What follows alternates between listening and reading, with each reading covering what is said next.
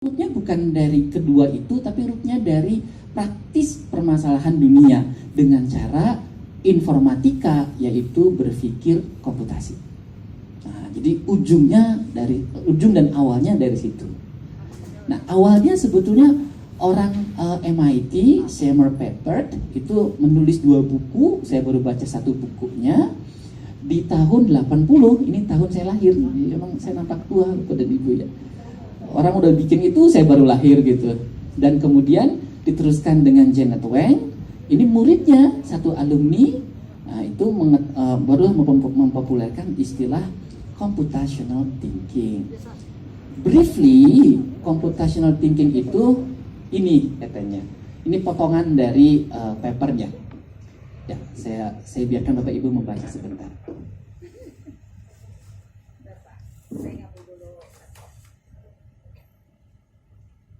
Ya, intinya itu gitu. Ada yang mau menerjemahkan barangkali yang paling atasnya saja?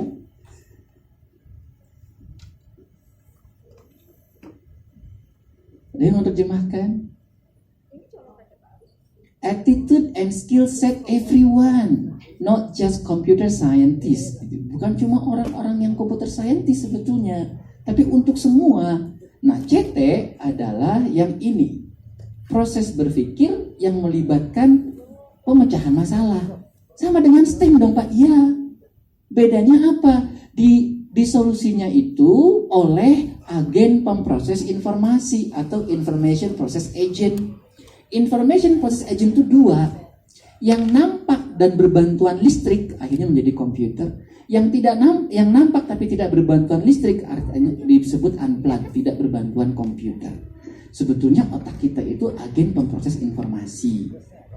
Nah, ini awalnya Bapak dan Ibu yang oleh Janet Wang itu. Kemudian tantangannya ketika ini dimasuk ke dalam pembelajaran, oh maaf, apakah beliau orang pendidikan? Bukan latar belakangnya bukan itu. Gitu.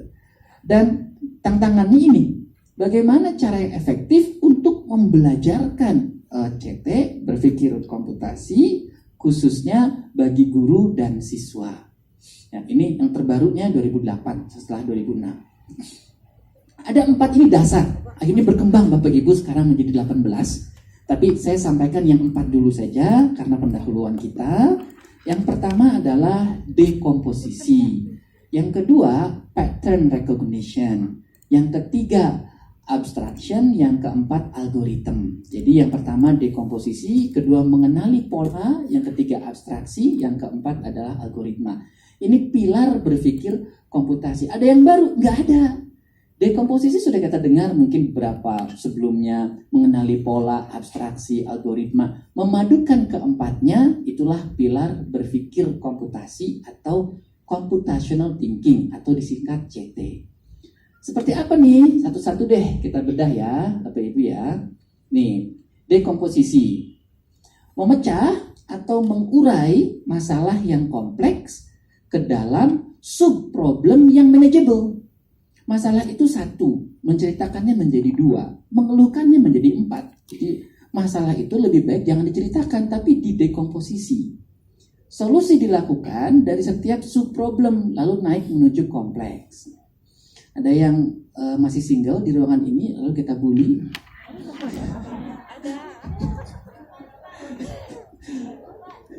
Maaf ya Pak.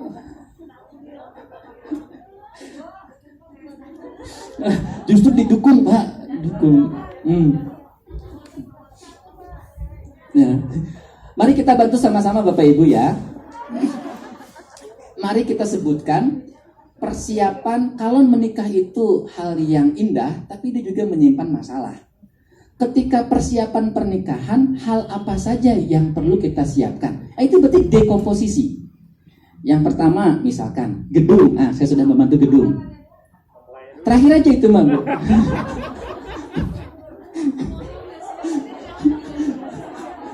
Oke, yang pertama calon ya Pak ya. Kok saya kesini matanya nggak ke sana. Yang pertama calon, oke. Yang kedua gedung. Apalagi Pak? Bu? Penghulu atau yang Iya ngerti pasti biaya. Cuma untuk apa gitu biayanya gitu? Catering, mahar, penghulu, penghulu 5. Honeymoon 6. Undangan. Wali 7. Undangan. Saksi 8. Undangan. Baju penting 9. Ya, undangan 10. Catering 11. Prewed 12. Dekorasi. Pak Fuad kenceng banget ketawanya. Apa Pak Fuad? Souvenir 13. Dokumentasi penting banget.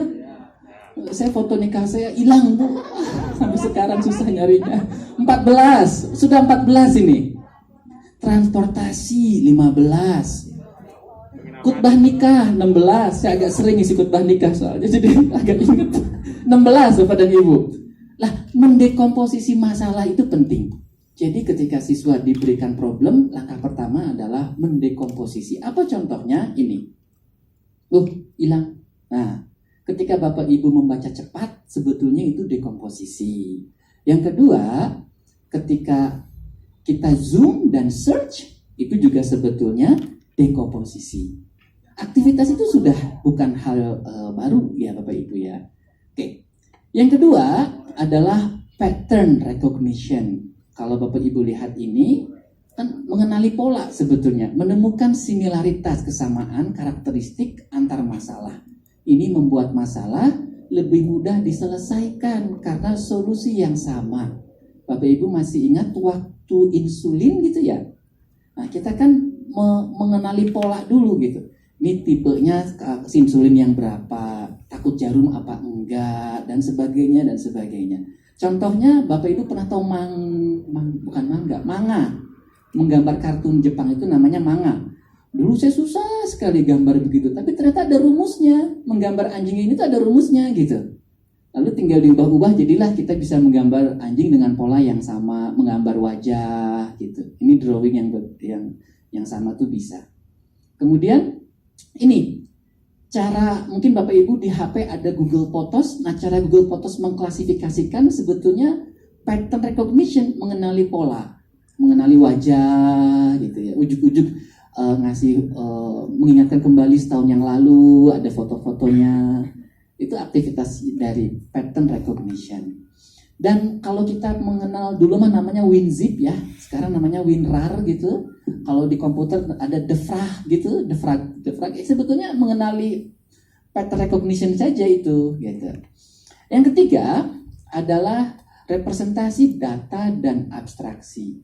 Kalau tadi dekomposisi sebelah sini, kalau ini tadi pattern recognition sebelah sini. Nah, yang kesini adalah menentukan karakteristik masalah yang penting dan tidak penting, lalu memfilter. Di dunia ini terlalu banyak warna, tidak semua warna bisa kita ambil, kita hanya mengambil yang penting saja. Yang tidak penting dibiarkan gitu, atau tidak kita ambil. Bedanya kalau inquiry, ini karena Bapak Ibu latar belakangnya IPA, praktikum bandul sederhana disiapkan itu, kira-kira alatnya apa kalau praktikum bandul sederhana? Bandul, tali, stopwatch, statif, penggaris, busu derajat 6. Sudah? Beban. Gunting, kertas, batu. Ini mau main sweet Pak gitu. Sediakanlah yang lebih dari itu agar siswa memilih mana yang penting, mana yang tidak penting, dan mengapa tidak dipilih. Inquiry klasik kita, Physics by Inquiry, buku karangan Lillian McDermott, itu mengenalkan kepada inquiry yang deterministik. Deterministik itu maksudnya yang disediakan adalah alat yang digunakan saja. Yang tidak digunakan tidak disediakan. Berpikir komputasi lebih luas dari itu. Siapkan alat yang kita sengaja menjadi distraktor, yang digunakan dan tidak digunakan. Dan reasoningnya kenapa nggak dipakai? Gitu. Kenapa dipakai? Kenapa nggak dipakai? Ini nanti berimplikasi ke pembelajaran Bapak Ibu ya. Jadi kalau ada praktikum IPA, saya ingin melatihkan representasi data dan abstraksi, saya siapkan alat yang melebihi kebutuhannya, tapi dengan purposif, dengan tujuan. Gitu. Tiba-tiba apa Pak? Kapan itu Pak? Oh, itu mah belum diberesin. Diminum siapa? Aduh. Berarti membeli Pak. Baik. Nah, apa contoh ini? misalkan kita ingin memasang rumput di halaman ya. Langkah yang pertama, mana yang paling penting? Lihat dulu jarak antar area itu. Kalau sudah tahu mana urutannya. Kalau sudah tahu mana urutannya, maaf. Dari mana dulu kita jalan, baru kemana dulu. Akhirnya lebih efektif. Sejujurnya kehidupan kita paling banter 65 udah ganteng banget kan ya. Jadi memilih yang penting dan tidak penting itu penting gitu dalam berpikir ini menurut saya. Yang terakhir, algoritma. Dia bukan coding Bapak Ibu yang cenderung rumit, tapi basic berpikirnya, yaitu langkah demi langkah cara memecahkan masalah. Apa yang sudah, apa yang belum, apa yang harus dilakukan. Ini kayak manajemen diri biasa sebetulnya.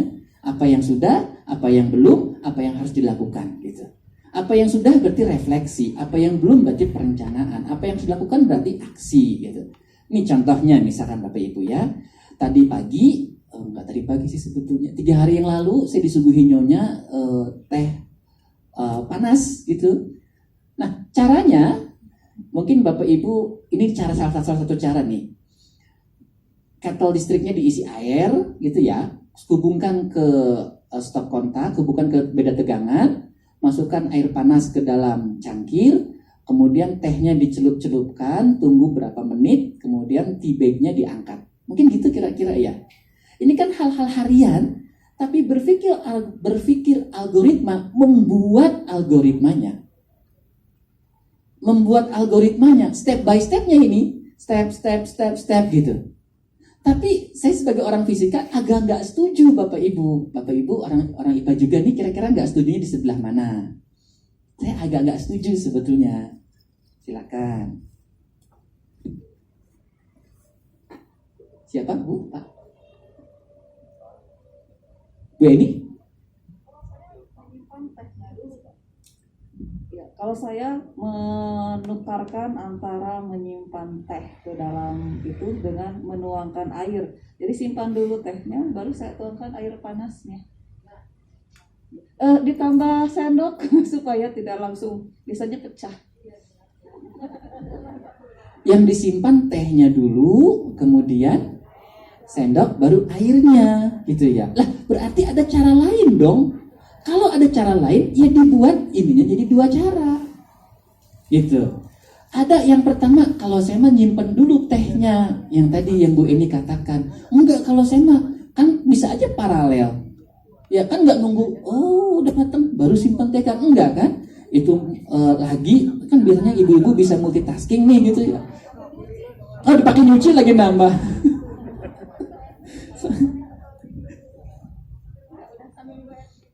Sambil nunggu air mendidih, siap ini. Nah, kalau kita nggak ngerti situasi aslinya, ini apa? Tapi kalau ngerti situasi aslinya, ini adalah alternatif cara berpikir, alternatif tindakan. Inilah contoh algoritma, Bapak dan Ibu. Belum ada yang kompleks ini sejujurnya. Dan dari situ, mana ya? Kemampuan berpikir komputasi, ini ada berbagai komponennya. Saya percepat saja. Itu adalah contoh dari kemampuan berpikir komputasi yang tadi saya sebut dan cara membentuk keterampilan yang dimaksud. Caranya, Bapak dan Ibu. Pak, kok ada evaluasi sih Pak? Mirip-mirip kayak di taksonomi itu. Ya, evaluasi. Bedanya, kalau di taksonomi Bloom, mengevaluasi itu tidak untuk menemukan solusi terbaik, tapi mengevaluasi hasil untuk memperbaiki. Tapi di sini menemukan solusi terbaik dari alternatif solusi yang ditemukan, non cocok dengan tujuan. Jadi termnya sama, penjelasannya berbeda. Nah, saya lanjut. Bagaimana sekarang pembelajarannya? Kalau tadi kan baru berpikirnya ya. Bagaimana pembelajarannya? Pembelajarannya ternyata bisa dilatihkan sejak TK atau kindergarten, Bapak dan Ibu. Ada contohnya? Ada. Kemudian yang kedua, bisa tanpa komputer. Ini nanti saya ada slide-nya. Ini contoh yang tanpa komputer. Hilang.